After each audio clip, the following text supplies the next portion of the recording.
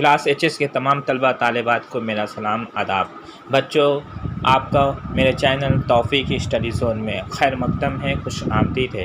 آج میں آپ کے لیے West Bengal council of higher secondary education NCERT subject Urdu class 11 Mir Amman کی نثر نگاری کا تنقیدی جائزہ قصہ خواجہ سرپرست از میر امن دہلوی چیپٹر 1۔ تو آئیے بلا تاخیر شروعات کرتے ہیں۔ Let's start now.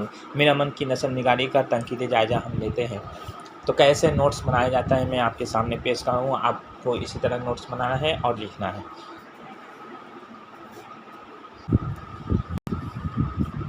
میر امن دہلوی کی نثر نگاری کا تنقیدی جائزہ۔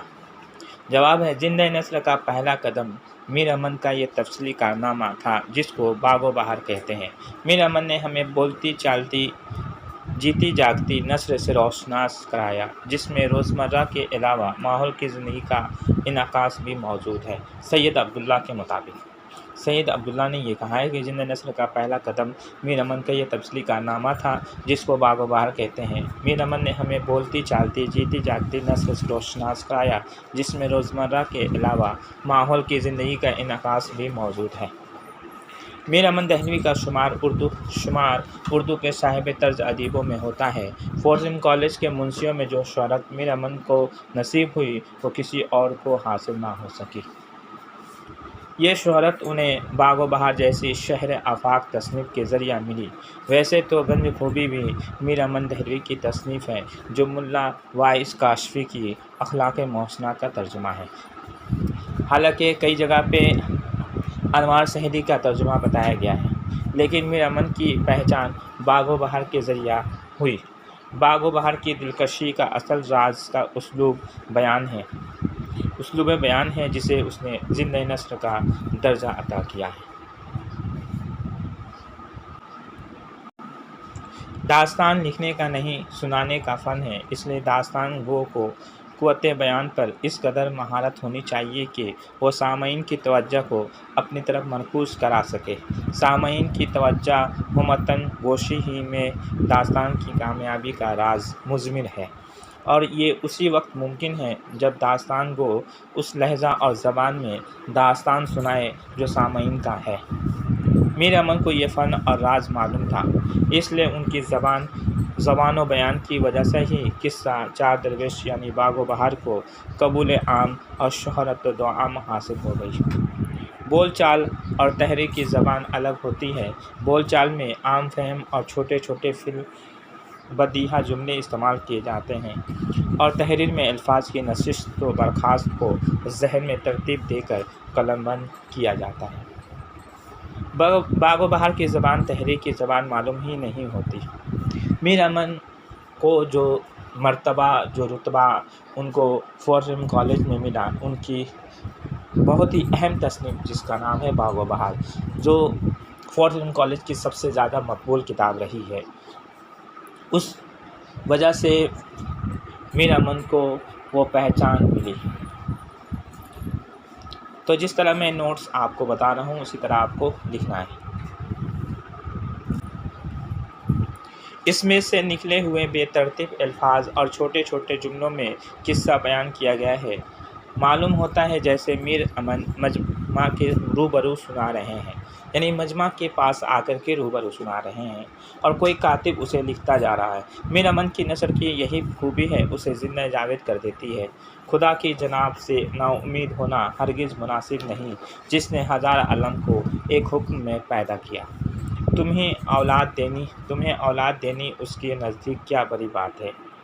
یہ سچ ہے کہ میر امن نے اردو نثر کو ایک نیا شگفتہ اسلوب دیا۔ انہوں نے تقریر کی زبان کو تحریر کی شکل عطا کی۔ اس کے پاس عوام و خاص میں بولی جانے والی زبان کے الفاظ کا بڑا ذخیرہ تھا۔ میر امن کی پوری کوشش رہی کہ عوام کے بیچ مستعمل زبان اور محاورے ہی استعمال کیے جائیں، اور انہوں نے جو باغ و بہار جو کتاب لکھی، جو قصہ چار درویش کا ترجمہ کیا انہوں نے، تو وہ عام فہم زبان میں، سہل زبان میں انہوں نے ترجمہ کیا تھا تاکہ قاری اس کو آسانی سے پڑھ سکے اور سمجھ سکے۔ اس لیے یہ کتاب جو ہے فورسم کالج کی سب سے مقبول کتاب رہی۔ اس کتاب کا ترجمہ ہر زبان میں متعدد زبانوں میں کیا گیا، اور یہی انداز بیان ان کی خصوصیت بن گیا۔ اس اسلوب میں زمینی رنگ نظر آتا ہے، ان کے محاوروں میں فارسی کا نہیں اردو کا مقامی انداز دکھائی دیتا ہے۔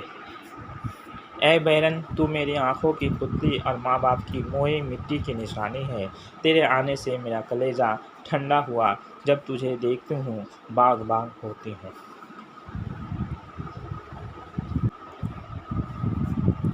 انتہائی درجہ کی سادگی اور عوامیت کبھی کبھی عامیانہ پن میں بدل جاتی ہے، جو اس فن پارے کی ادبیت پر اثر انداز ہوتی ہے، لیکن میر امن سادگی اور روزمرہ کے استعمال کے ساتھ ساتھ ادبیت کو بھی قائم رکھتے ہیں۔ حسب ضرورت فارسی الفاظ و تراکیب، تشبیہات و اشتہارات کا استعمال کرتے ہیں، یعنی کہیں پر جو ہے فارسی الفاظ و تراکیب کا استعمال بہت کم ہی نہ کے برابر کرتے ہیں، تشبیہات اشتہارات کا استعمال بھی کرتے ہیں۔ ان کے یہاں مرصع، مسجع، مخفف نثر کی بھی مثالیں ہیں، لیکن اس انداز سے کہ وہ ان کے مخصوص اسلوب کو زیر بار نہ کر سکے۔ ان کا اسلوب کہیں بھی نو طرز مرصع یا فسانہ عجائب کے اسلوب سے میل نہیں کھاتا۔ حالانکہ باغ و بہار کا جو ترجمہ کیا گیا تھا وہ پہل نو طرز مرصع کے نام سے کیا گیا تھا، جو فارسی میں لکھا گیا، لیکن وہ کتاب اتنی مقبولیت نہ پا سکی جو مقبولیت میر امن کی کتاب باغ و بہار کو ملی۔ ان کا اسلوب کہیں بھی نو طرز مرصع یا فسانہ عجائب کے اسلوب سے میل نہیں کھاتا۔ یہی میر امن کی انفرادیت ہے، اور وہ اپنی اس انفرادیت کو ابتدا تا آخر برقرار رکھتے ہیں۔ رات کو ساکھ سوتا، دن کو یوں ہی اٹھ کھڑا ہوتا، دن کو زیبائش اور رات کو یہ آرائش۔ باغ و بہار میں اس طرح کی بے شمار مثالیں موجود ہیں۔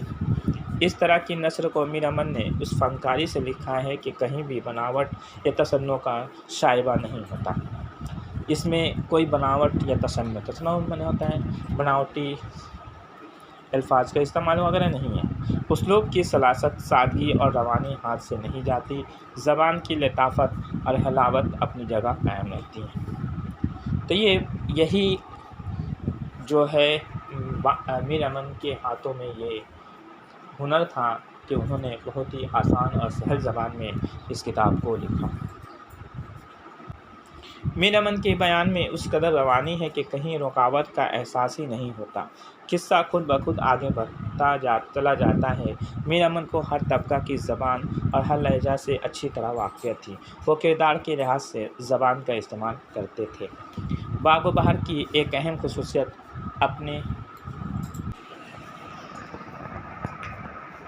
میر امن کو ہر طبقہ کی زبان اور لہجہ سے اچھی طرح واقفیت تھی۔ وہ کردار کے لحاظ سے زبان کا استعمال کرتے تھے۔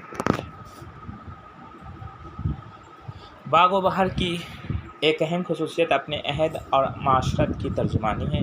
داستان کیا ہے؟ گویا 18ویں صدی عیسوی کی دلی کی تہذیب کی عکاسی ہے۔ یاد رہے کہ باغ و بہار میں دلی کی معاشرت پیش کی گئی ہے۔ حالانکہ یہ کتاب کلکتہ میں لکھی گئی، لیکن اس میں دلی کی معاشرت پیش کی گئی جو میر امن دہلوی کے ساتھ ہوا تھا۔ میر امن دہلوی جو زمیندار گھرانے سے تعلق رکھتے تھے، ان کا جو پورا اثاثہ کو سورج مل جاٹ نے لوٹ لیا تھا، ان کی جائیدادیں ضبط کر لی۔ گویا 18ویں صدی عیسوی کی دلی کی تہذیب کی عکاسی ہے۔ پورے قصے میں ہندوستانی زندگی کی مختلف جھلکیاں نظر آتی ہیں۔ ان کے بیان میں دلی کے وزراء اور امراء کی حویلیوں کی آرائش و زیبائش، شادی بیاہ، ولادت، انواع و اقسام کے کھانے کا ذکر، زیورات و لباس، غرض ولادت سے موت تک کی رسومات کا ذکر مل جاتا ہے۔ بلا شبہ باغ و بہار کی نثر میں دریا کی سی روانی ہے۔ بول چال کی زبان، دلکشی، روزمرہ اور محاورے کا حسن، جزیات نگاری، لفظوں کا برمحل اور معنی خیز استعمال اور حسب ضرورت ہندی الفاظ سے استفادہ اس کی ایسی خوبیاں ہیں کہ وہ 2 سال گزر جانے کے باوجود بھی زمانے کے گرد و غبار سے محفوظ ہے، اور باغ و بہار آج بھی باغ و بہار ہی ہے۔ تو یہ میر امن کی نثر نگاری کا تنقیدی جائزہ جو میں نے آپ کے سامنے پیش کیا، اس سے آپ کافی استفادہ کریں گے۔ تو بچوں اگر آپ 11 کے ایگزام میں اردو سبجیکٹ میں اچھے نمبر سے پاس ہونا چاہتے ہیں تو آپ میرے چینل کو پابندی کے ساتھ دیکھیں اور میرے چینل کو سبسکرائب بھی کیجیے، لائک کیجیے اور دوستوں میں زیادہ سے زیادہ شیئر بھی کیجیے۔ آج کے لیے اجازت دیجیے، اپنے استاد محترم توفیق انصاری کو اللہ حافظ۔